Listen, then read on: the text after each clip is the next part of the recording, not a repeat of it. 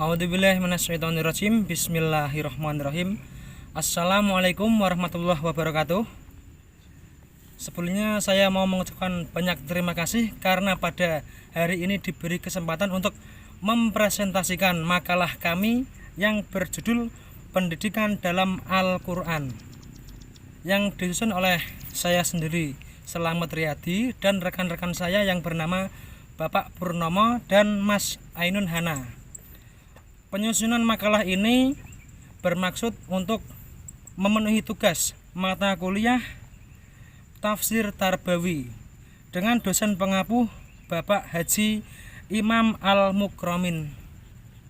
Untuk rumusan masalah yang pertama akan disampaikan oleh saudara kita Bapak Purnomo. Oke, terima kasih. Assalamualaikum warahmatullahi wabarakatuh. Terima kasih teman-teman semua. Saya sampaikan yang pertama, marilah kita panjatkan puja dan puji syukur kehadirat Allah Subhanahu wa Ta'ala yang telah memberikan karunia-Nya sehingga pada hari ini kita bisa bertemu dalam pembahasan mata kuliah Tafsir Tarbawi dengan tema pendidikan dalam Al-Quran. Al-Quran adalah kalam Allah yang diturunkan kepada Nabi Muhammad SAW melalui perantara malaikat Jibril secara berangsur-angsur sebagai pedoman hidup umat manusia. Dan Al-Quran juga berisi penjelasan tentang pentingnya ilmu untuk bertanggung jawab di setiap kegiatan, berisi perintah mengembangkan seluruh potensi yang dimiliki dengan belajar sepanjang hayat, sehingga dalam bekerja dapat mengembangkan ilmu pengetahuan dan keahlian serta potensinya. Pendidikan pada dasarnya adalah usaha sadar untuk menumbuh kembangkan potensi sumber daya manusia beserta didik dengan cara mendorong dan memfasilitasi kegiatan belajar mereka. Secara detail dalam Undang-Undang RI Nomor 20 Tahun 2003 tentang Sisdiknas bab 1 pasal 1 menyebutkan bahwa pendidikan didefinisikan sebagai usaha sadar dan terencana untuk mewujudkan suasana belajar dan proses belajar agar peserta didik secara aktif mengembangkan potensi dirinya untuk memiliki kekuatan spiritual, keagamaan, pengendalian diri, kepribadian, kecerdasan, akhlak mulia, serta keterampilan yang diperlukan dirinya, masyarakat, bangsa, dan negara.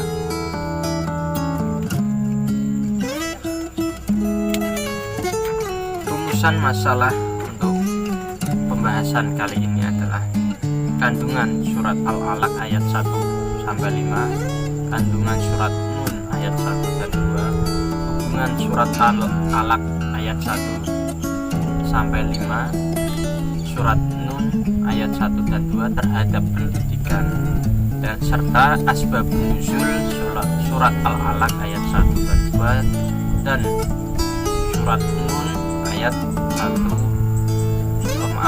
surat Al-Alaq ayat 1 sampai 5 dan surat Nun ayat 1 dan 2 terhadap pendidikan.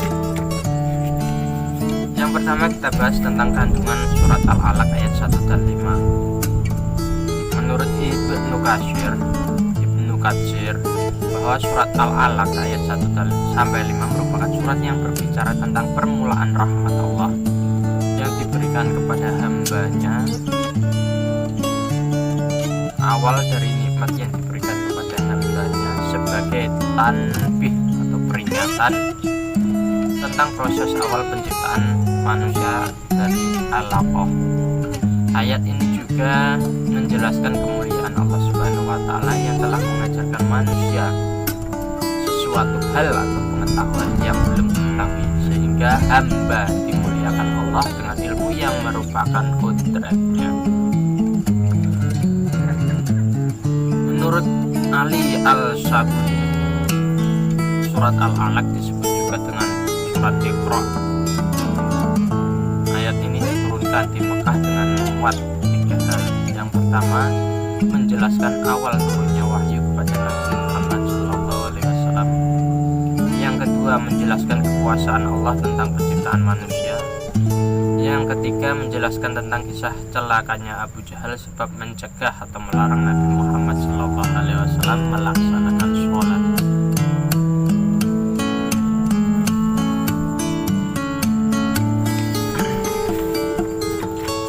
Kandungan surat Al-Alaq ayat 1-5 di antaranya adalah satu, pentingnya ilmu pengetahuan. Kandungan surat Al-Alaq yang pertama adalah membincang betapa pentingnya ilmu pengetahuan dan seruan untuk menuntut ilmu.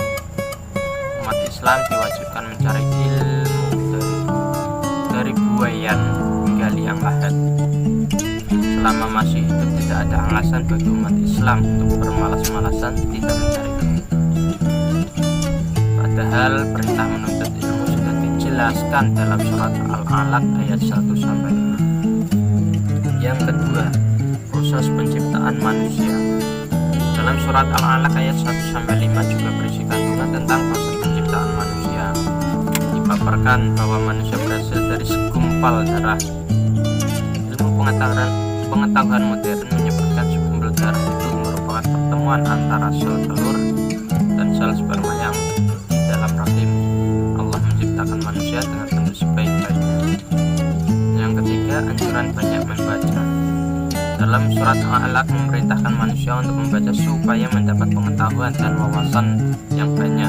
Sebagai disiplin ilmu perlu dipelajari supaya kita menjadi manusia bijaksana yang tidak mudah menyalahkan orang lain karena berbeda pendapat. Yang keempat, dukungan mencari ilmu pengetahuan. Allah mengajarkan kepada manusia tentang perantara kalam. Dengan perantara kalam, manusia biasa mencatat semua ilmu pengetahuan yang telah didapatnya sehingga ilmu pengetahuan dapat diturunkan ke generasi selanjutnya. Yang kelima, sebagai ilmu datangnya dari Allah. Kandungan surat Al-Alaq selanjutnya adalah bahwa segala ilmu pengetahuan datangnya dari Allah. Manusia lahir ke bumi tidak membawa apa-apa dan tidak mengetahui apa-apa. Allah mengajarkan manusia tentang ilmu pengetahuan itu. Sedangkan Quraisy Syihab menafsirkan ayat pendidikan yang tergantung dalam surat Al-Alaq 1-5 menjadi nilai pendidikan, menjadi tiga nilai pendidikan, yaitu yang pertama pendidikan keterampilan, antara lain membaca, menulis, dan biologi. Yang kedua, nilai pendidikan ketuhanan. Ayat pertama surat Al-Alaq berbunyi, ayat pertama. Yang kedua, nilai pendidikan ketuhanan.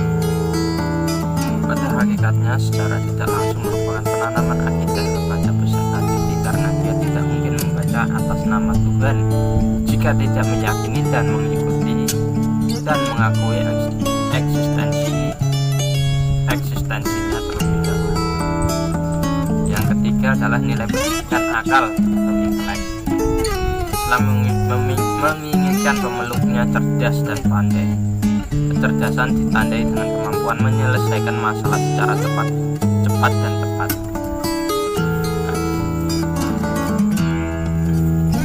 Yang kedua, kandungan surat Nun ayat 1 dan 2 yang berbunyi, dalam tafsir Quraisy Syihab, surah ini berisikan pembelaan terhadap Rasulullah SAW dan pemantapan keinginan hatinya akan tetap teguh pada kebenaran tanpa harus mengalah pada siapapun. Dalam surah ini, siksa yang diterima oleh penduduk Mekah dianalogikan dengan apa yang diderita oleh pemilik kebun yang ceritanya diturunkan dalam surah ini. Sedangkan dari tafsir Jalalain Al-Qalam, artinya pena, nun adalah salah satu dari huruf hijaiyah. Hanya Allah yang mengetahui arti dan maksud Al-Qalam yang dipakai untuk menulis nasib semua makhluk di Lauhul Mahfuz.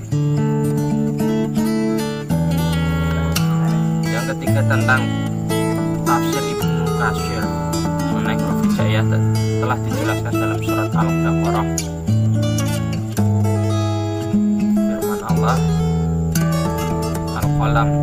Kalam secara lahiriah tampak bahwa ia jenis dengan pena yang dipergunakan untuk menulis.